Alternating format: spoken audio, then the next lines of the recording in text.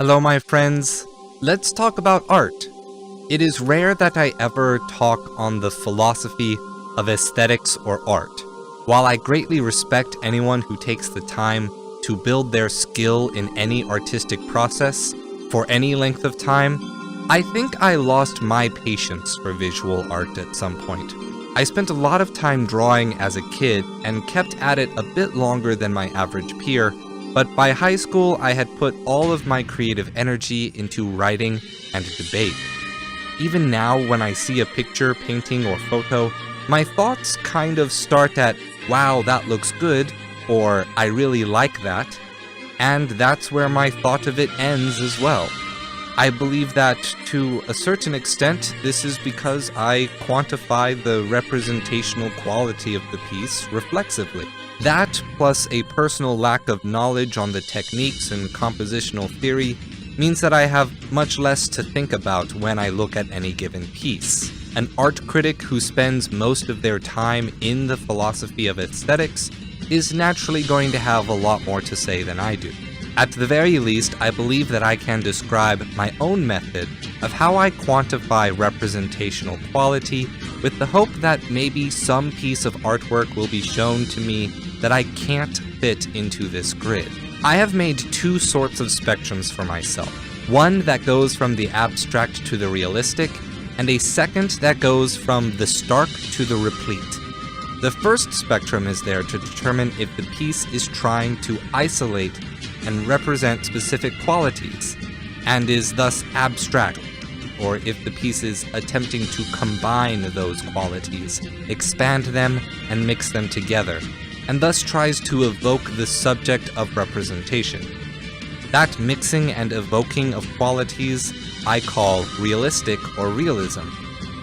The second spectrum is there to determine if the piece is using a large amount of information or a small amount of information to achieve the effect. A stark image doesn't have that much to look at, but gives you a reason to pay attention to what is there. A replete image has so many things in it that the eye is overwhelmed as it struggles in awe of what to focus on and the parts that bring them together.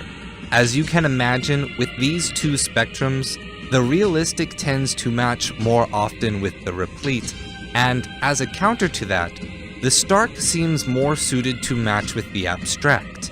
But this doesn't have to be the case.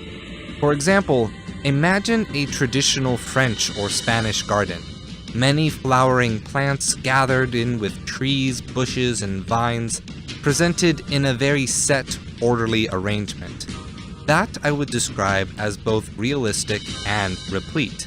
But now imagine a Zen garden. Almost no plants, if any, sand and rocks raked into a single unbroken motion. And despite its simplicity, no vantage point will allow you to see the whole garden at once. Thus, the observer must attempt to draw together the different qualities to create an image of the full garden. I would define a Zen garden as both stark and realistic. Now imagine a bonsai tree, just a lone planted branch. The artistry comes in isolating the quality of the experience and sensation of giving all of your attention to the process of pruning the tree. The artistry of the bonsai tree rearing process is stark and abstract. The actual quality that you're supposed to get from looking at and caring for a bonsai tree isn't actually in the bonsai tree and how it looks, and thus makes it more abstract than other kind of plant rearing. But think about Japanese flower arrangement, ikebana. While most people describe ikebana as minimalist, I would disagree. I think it's only minimalist if you compare it to the kinds of realistic, replete flower arrangements of Western cultures. Ikebana takes many aspects of the plants, their leaves, stems and branches, flowers and colors, soil and its placement, heights and angles, and bring all of these things together in order to isolate and represent the abstract ideas of earth, heaven, and humanity. As such, Japanese flower arrangement is abstract, but also replete. As I have just demonstrated, it is easy to see how different kinds of art can fall into part of these two spectrums. A part of one spectrum does not necessarily lend itself to a part of the other spectrum. However, I have made a sort of grid of distinctions with these two spectrums. So I suppose a necessary question to answer is, what is at the origin point? What am I looking at if it is exactly in the middle of both spectrums? The origin point will be something that is not more stark than it is replete, information that is neither being artistically gathered nor sparsed away. It will be something not more abstracted than it is realistic. Qualities are neither being isolated and specified, nor being combined and expanded. As such, I believe the origin point must just be reality itself. Whatever is before the application of artistry is where all representational art must inherently begin.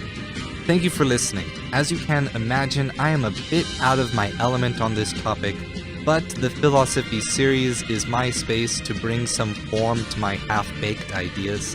If you have any thoughts on the philosophy of art, art theory, or critiques of the idea I just expressed here, please comment below.